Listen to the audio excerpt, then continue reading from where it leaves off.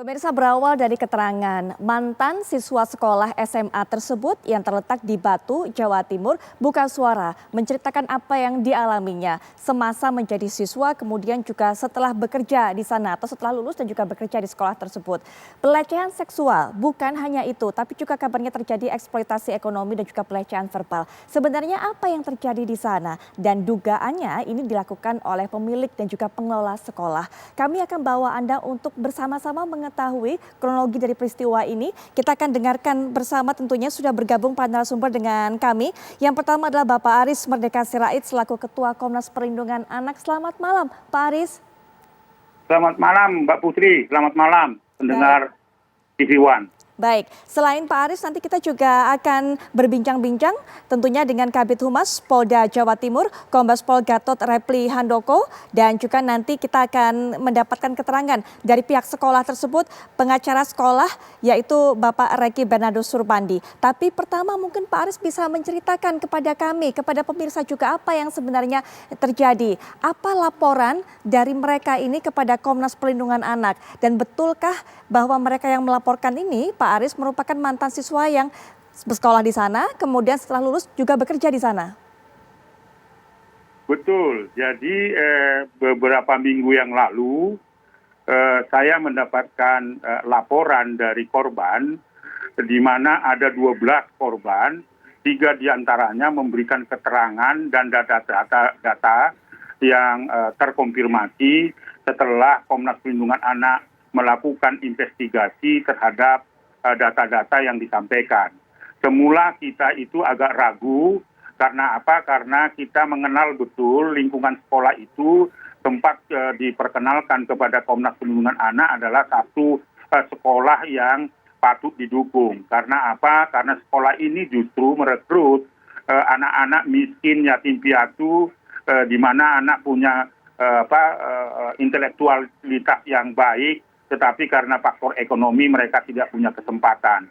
Nah, terduga JE itu memberi kesempatan dan fasilitasi kepada anak-anak ini sekolah berasrama di sana.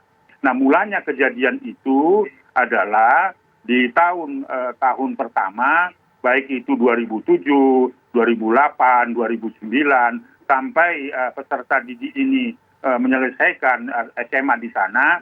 Dan di masa-masa SMA di kelas 1, kelas 2, kelas 3, menurut informasi yang disampaikan kepada kita dan data-data itu telah terjadi kejahatan seksual yang diduga dilakukan oleh JE dan melakukan eksploitasi secara ekonomi setelah mengikuti jam belajar, lalu kemudian anak-anak ini dipekerjakan di unit-unit usaha yang ada di sana, seperti misalnya entertain ya sampai tengah malam kalau ada show, lalu kemudian ada unit usaha souvenir, kemudian restoran, lalu outbound dan sebagainya.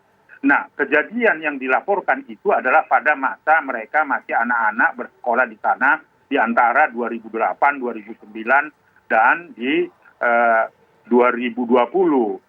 Nah, apa yang terjadi di sana adalah selain kejahatan seksual yang dilakukan oleh terduga pelaku di area lingkungan sekolah, bahkan outdoor dan indoor itu, dan kemudian juga di luar dari lingkungan sekolah itu, bahkan menurut informasi yang terkonfirmasi itu dilakukan di luar negeri juga ketika mereka diberikan reward karena baik bekerja dan sebagainya, itu juga dilakukan di sana. Dan ini adalah data yang terkonfirmasi. Dan ini sesuatu yang sangat luar biasa bagi Komnas Perlindungan Anak. Maka atas laporan itu hari Sabtu yang lalu, ya pagi jam 10 itu saya mengantar 3 dari 12 korban-korban kejahatan seksual, kejahatan eksploitasi ekonomi dan verbal. Karena di sana terjadi juga ketika donor datang, diperkenalkan ke anak-anak ini diperkenalkan, atau peserta didik ini anak SMA itu diperkenalkan dengan skenario dan skrip yang sudah disiapkan.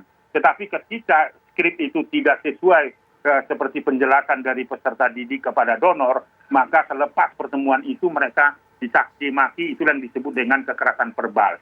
Jadi yang ada di sana adalah dugaan yang dilakukan JE adalah kekerasan seksual yang berulang-ulang, lalu kemudian kekerasan fisik memanfaatkan anak untuk dipekerjakan melebihi jam batas waktu jam kerja yang ditentukan oleh pemerintah, maupun upah yang diberikan tidak sesuai dengan upah minimum karena sifatnya ditabungkan dan sebagainya. Modus operandinya adalah biasanya satu-satu anak ini dipanggil oleh si terduga pelaku dengan dimotivasi karena memang terduga pelaku adalah mentor yang sangat luar biasa yang dikagumi oleh anak-anak peserta didik sana. Ketika dipanggil itu adalah kebanggaan tertentu dan itu adalah tidak merasa curiga dan sebagainya.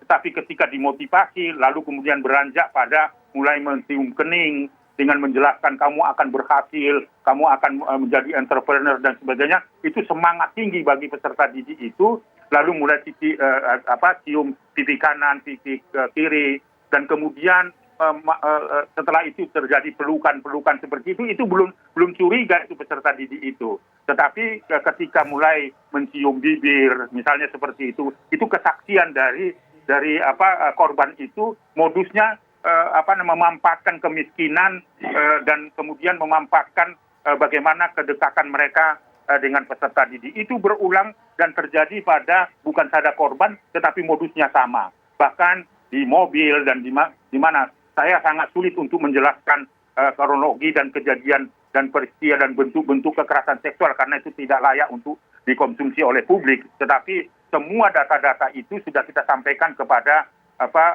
Polda Jatim, dan Polda Jatim saat ini update-nya untuk pemirsa TV1, untuk para pekerja perlindungan anak seluruh Indonesia, saya ingin laporkan bahwa sudah divisum sekitar 13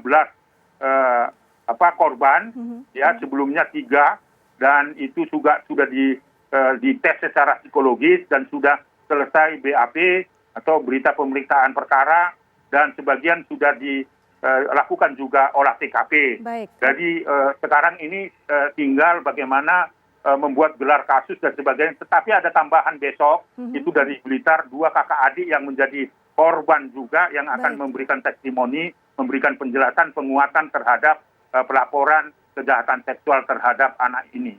Jadi saya kira ini update-nya untuk semua, dan mudah-mudahan kita semua paham tentang ini dan bahu-membahu membongkar kasus ini dan tidak membiarkan itu. Tetapi saya menggunakan catatan bahwa terduga DE itu. Oleh karena itu perlu menjelaskan itu kepada publik. Saya kira saya hormati siapapun yang akan memberikan masukan-masukan, tapi demi terbongkarnya tabir kejahatan seksual yang terjadi di salah satu SMA favorit yang mengedepankan kepentingan terbaik anak semula seperti itu. Ya. Saya kira itu update-nya. Baik, 13 korban ini merupakan siswi perempuan semua begitu ya Pak Aris?